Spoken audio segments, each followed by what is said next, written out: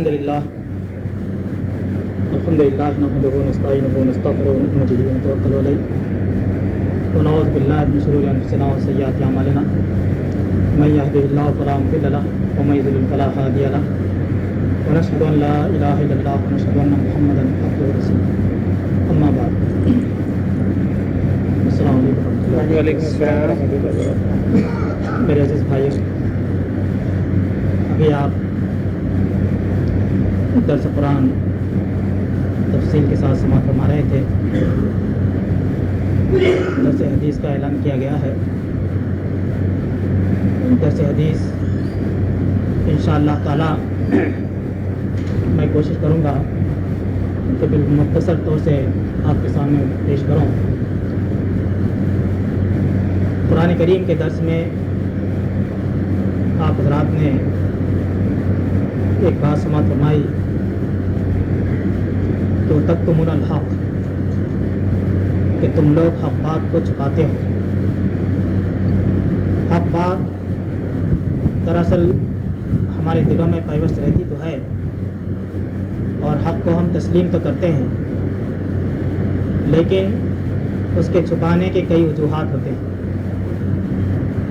ایک تو حقیقت میں جانتے اور بوجھتے ضد اور ہردرمی ہوتی ہے، اور دوسرے اپنے قوم اور قبیلے اپنے ارد گرد انواع و اکناف کے حالات کے پیش نظر خود اس کے اندر چھپانے کی اور غلط طریقے سے اس کے اندر پیش آنے کی عموماً جو ہے لوگ کوشش کرتے ہیں۔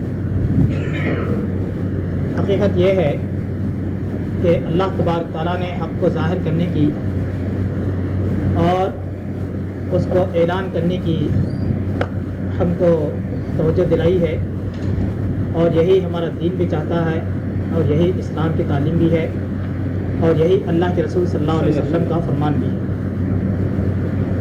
یہ مہینہ جس سے ہم گزر رہے ہیں، اس کے تعلق سے آپ حضرات نے کافی کچھ کئی دن سے جو ہے سماعت کرتے ہوئے آ رہے ہیں۔ اب جب کہ یہ عشرہ ایام گزر چکے تو آپ کے سامنے صرف ایک موضوع جو اس مہینے کی مناسبت سے بھی ہے، یا حقیقت یہ ہے کہ اس کا جاننا اور اس کا معلوم کرنا ہمارے لیے لازمی اور ضروری ہے، وہ میں آپ کے سامنے پیش کروں۔ وہ ہے صحابہ رضوان اللہ علیہ مجمعین کی شان اور ان کے مناقب۔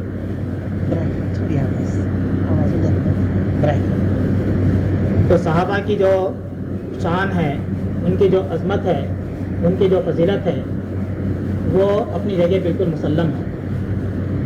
قرآن کریم میں اور احادیث میں اللہ تبارک تعالیٰ نے اور اللہ کے رسول صلی اللہ علیہ وسلم نے صحابہ رضوان اللہ علیہ مجمعین کے تعلق سے بڑی تفصیل کے ساتھ ان کے مناقب بیان فرمائے ہیں، لیکن بہت سے ہمارے احباب باوجود کہ ہمارے بہت سے صحابہ کی اہمیت اور فضیلت کو جانتے ہیں، لیکن اس کے باوجود ان سے چشم پوشی اختیار کرتے ہیں اور مختلف طریقے سے غلط رویہ وہ اختیار کرتے ہیں جو قرآن اور حدیث اور اسلام کے بالکل مغایر ہے اور اس کے خلاف۔ میرے عزیز بھائیوں، ہم کو جاننا چاہیے کہ ہمارا دین جو ہم تک پہنچا ہے، اس میں حضرت محمد صلی اللہ علیہ وسلم کے بعد صحابہ رضوان اللہ علیہ مجمعین، تابعین، تبع تابعین، ائمہ دین، مجتہدین، محدثین، ان سب کے ذریعے سے جو ہے ہم تک پہنچا ہے۔ ہم کو شکر ادا کرنا چاہیے کہ وہ صحابہ رضوان اللہ علیہ مجمعین جو اللہ کے رسول صلی اللہ علیہ وسلم کے ساتھ رہا کرتے تھے، اللہ کے رسول صلی اللہ علیہ وسلم کی صحبت میں اپنی زندگیوں کو انہوں نے وقف کر رکھا تھا۔ اللہ کے رسول صلی اللہ علیہ وسلم کی ایک ایک ادا کو ہمارے سامنے پیش کر دیا اور اس طریقے سے بیان کر دیا ہے کہ گویا کہ ہم ایک چیز ہمارے سامنے دیکھ رہے ہیں، ایک تصویر ہمارے سامنے دیکھ رہے ہیں، حتیٰ کہ اللہ کے رسول صلی اللہ علیہ وسلم کا گفتار، کردار، آپ کے اخلاق، آپ کے عادات، تمام کی تمام چیزیں، کوئی چیز جو ہے اس میں مخفی نہیں رہی جو اللہ کے رسول صلی اللہ علیہ وسلم نے کی ہو اور صحابہ نے اس کو نقل نہ کی۔ یہ الحمدللہ اللہ کا فضل و کرم ہے، اور انہی کے واسطوں سے جو ہے دین ہم تک پہنچا ہے، اور یہ دین انشاءاللہ تبارک تعالیٰ قیامت تک برابر ان لوگوں تک پہنچتا رہے گا جہاں تک دین نہیں پہنچا اور جو دین کے متلاشی ہیں۔ میرے عزیز بھائیوں، صحابہ رضوان اللہ علیہ مجمعین کی عظمت اور شان ہمارے دلوں میں پیوست رہنا یہ بالکل لازمی اور ضروری ہے۔ ان کی محبت لازمی اور ضروری ہے۔ اللہ کے رسول صلی اللہ علیہ وسلم نے اس کی بڑی کافی اہمیت بیان فرمائی ہے۔ دیکھیے، سب سے پہلے آپ یہ جان لیے کہ صحابی کہتے کس کو ہیں؟ صحابی ہے کون؟ ایک تو رسول ہیں، اور ایک پھر صحابی ہیں، ایک تابعی ہیں، ایک تبع تابعی ہیں وغیرہ۔ تو یہ کیا اصطلاح ہے؟ اس پر امام بخاری رحمۃ اللہ علیہ نے اپنی تعلیق میں بخاری میں یہ بات لکھی ہے، من صاحب النبی صلی اللہ علیہ وسلم اور راہ من المسلمین فہو من اصحابی، جس نے حضرت صلی اللہ علیہ وسلم کی صحبت اٹھائی ہے یا آپ کو دیکھا ہو بشرطے کہ وہ مسلمان ہو، وہ صحابی۔ حضرت صلی اللہ علیہ وسلم کی صحبت، حضرت صلی اللہ علیہ وسلم کی دیکھ یعنی ان کا دیکھنا اس حالت میں بحالت اسلام، ویسے اللہ کے رسول صلی اللہ علیہ وسلم کو کافروں نے بھی دیکھا ہے، مشرکین نے بھی دیکھا ہے، ابو جہل نے بھی جو ہے دیکھا ہے اللہ کے رسول صلی اللہ علیہ وسلم، لیکن ہم ابو جہل کو صحابی نہیں کہیں گے۔ کیوں؟ اس نے اسلام قبول نہیں کیا۔ اسلام کی حالت میں وہ اللہ کے رسول صلی اللہ علیہ وسلم کو نہیں دیکھا، بلکہ صہیب رومی جو روم سے آتے ہیں، سلمان فارسی جو فارس سے آتے ہیں، اور وہ اللہ کے رسول صلی اللہ علیہ وسلم کو دیکھتے ہیں، اور صحابیت کی جو ہے شرف سے اللہ تبارک تعالیٰ نے ان کو جو ہے نواز دیتا ہے۔ تو یہ اللہ تبارک تعالیٰ کا فضل و کرم ہے۔ ایک اتنی دور کا رہنے والا، ایک بدوی قسم کا انجام غریب الدیار شخص وہ آتا ہے اور صحابی بنتا ہے، لیکن جو اللہ کے رسول کو بچپن سے جانتا ہے، اس کے خاندان کو جانتا ہے، اس کی حیثیت سے واقف ہے، اچھی طریقے سے واقف ہے، اور اپنے خاندان سے اس کا ربط اور ضبط بھی ہے، تعلق بھی ہے، سب کچھ ہے، لیکن وہ اللہ کے رسول پر ایمان نہیں لاتا، وہ صحابیت کے درجے پر فائز نہیں ہو سکتا۔ یہ اللہ تبارک تعالیٰ کی شان ہے۔ یہ ذالک فضل اللہ یؤتیہ من یشاء واللہ ذو الفضل العظیم، یہ اللہ تبارک تعالیٰ کا فضل و کرم ہے جس کو اللہ تبارک تعالیٰ نے عطا فرما دیا ہے۔ جو محروم رہنا تھا وہ محروم رہ گیا۔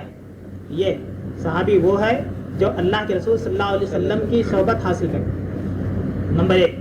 دوسرا، یا آپ کو اس نے دیکھا ہو، صحبت نہیں ملی لیکن آپ نے دیکھا ہے، لیکن شرط کیا ہے؟ اسلام کی حالت میں، مسلمان کی حالت میں، تو وہ جو ہے صحابی ہے۔ صحابی کے تعلق سے اللہ کے رسول صلی اللہ علیہ وسلم نے جو ارشاد فرمایا، ان میں سے صرف میں آپ کے سامنے 4 حدیثیں پیش کروں گا۔ سب سے پہلی حدیث حضرت ابو سعید خدری رضی اللہ تعالیٰ عنہ بیان فرماتے ہیں، نبی سعید خدری رضی اللہ تعالیٰ عنہ قال قال رسول اللہ صلی اللہ علیہ وسلم لا تسبوا اصحابی ولو ان احدکم انفق مثل احد ذهبا ما بلغ مد احدهم ولا نصیفہ، متفق علیہ۔ ابو سعید خدری رضی اللہ عنہ سے روایت ہے، رسول اللہ صلی اللہ علیہ وسلم نے فرمایا کہ میرے صحابہ کو گالی مت دو، میرے صحابہ کو گالی مت دو، اس ذات کی قسم جس کے قبضے میں میری جان ہے، اگر تم میں سے کوئی احد پہاڑ برابر سونا خرچ کرے تو وہ صحابہ کے ایک مد کے ثواب کو نہ پہنچے گا۔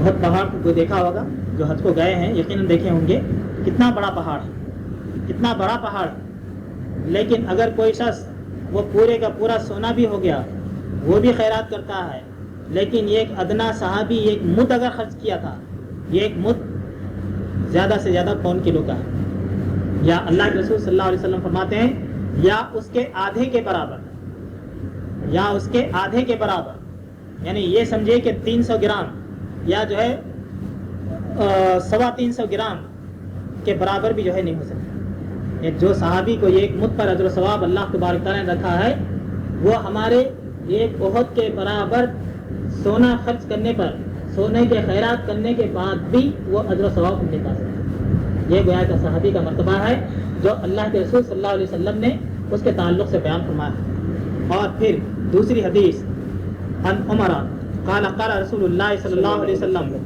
اکرموا اصحابی وانہم خیارکم ثم الذین یلونہم ثم الذین یلونہم۔ یہ ایک طویل حدیث ہے، اس کا ابتدائی جز ہے یہ، جس میں حضور صلی اللہ علیہ وسلم نے ارشاد فرمایا کہ میرے صحابہ کی عزت کرو، اس لیے کہ وہ تم سے افضل ہیں، پھر وہ لوگ جو ان کے قریب ہیں، پھر وہ لوگ جو ان کے قریب ہیں۔ پھر اس کے بعد میں جو ادوار بدلتے جائیں گے، جو خرابیاں پیدا ہوتی جائیں گی، جو کذب اور جھوٹ ہم لوگوں میں شامل ہوتا جائے گا، جو اخلاقی تباہی آتی جائے گی، اس حدیث میں اس کا جو ہے ذکر کیا گیا۔ لیکن یہاں پر قابل غور بات ہے کہ اللہ کے رسول صلی اللہ علیہ وسلم نے کہا کہ میرے صحابہ کی تم تعظیم کرو، اس کی عزت کرو، اس لیے کہ وہ تم سے افضل ہیں، ہم سے زیادہ افضل ہیں، اور قیامت تک جتنے انسان پیدا ہوتے رہیں گے ان سب سے افضل رہیں گے انشاءاللہ، ان سب سے افضل رہیں گے۔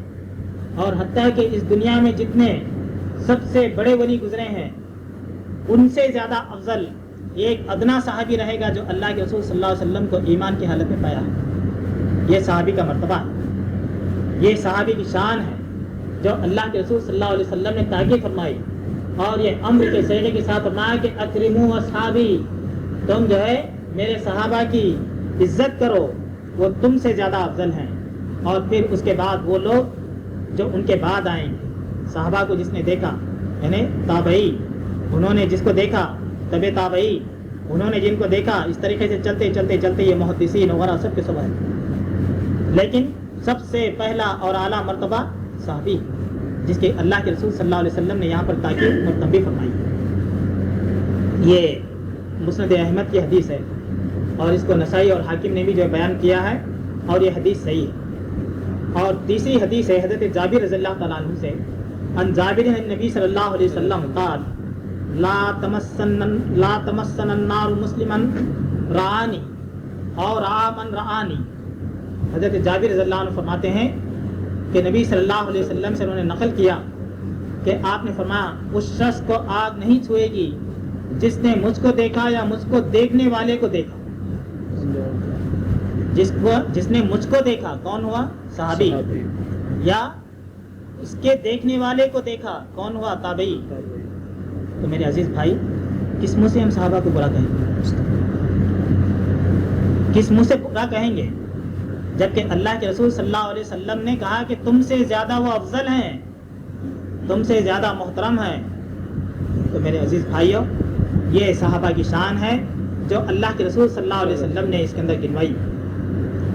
قرآن کریم میں اللہ تبارک تعالیٰ نے صحابہ کے تعلق سے مختلف مقامات پر مختلف طریقے سے جو ہے ارشاد فرمایا ہے۔ ان میں سے صرف آپ کے سامنے میں 4-5 جو ہے آیتیں میں پیش کرتا ہوں، صرف آپ کے ذہن کو اس طرف میں لے جانا چاہتا ہوں میں کہ اللہ اور اللہ کے رسول صلی اللہ علیہ وسلم نے صحابہ کی کس طریقے سے تعریف بیان فرمائی ہے اور کس کس انداز سے ان کی جو ہے تعریف بیان فرمائی ہے۔ دیکھیں، سب سے پہلی آیت سورۃ التوبہ کی آیت نمبر 100، اللہ تعالیٰ نے ارشاد فرمایا کہ والسابقون الاولون من المہاجرین والانصار والذین اتبعوہم بإحسان رضی اللہ عنہم ورضوا عنہ وأعد لهم جنات تجری تحتها الانہار خالدین فیہا ابدا ذلک الفوز العظیم۔ جن لوگوں نے سبقت کی یعنی سب سے پہلے ایمان لائے، مہاجرین میں سے بھی اور انصار میں سے بھی، اور جنہوں نے نیک کرداری میں ان کی پیروی کی، اللہ ان سب سے راضی ہوا اور وہ سب اس سے راضی ہوئے، اور اس نے ان کے لیے ایسے باغ تیار کر رکھے ہیں کہ ان کے نیچے ندیاں بہہ رہی ہوں گی، ان میں یہ ہمیشہ ہمیش رہیں گے، یہی بڑی کامیابی ہے۔ آیت میں جو مدح آئی ہے اس کے مصداق سارے ہی صحابہ کرام، نہ کہ ان کا کوئی مخصوص طبقہ۔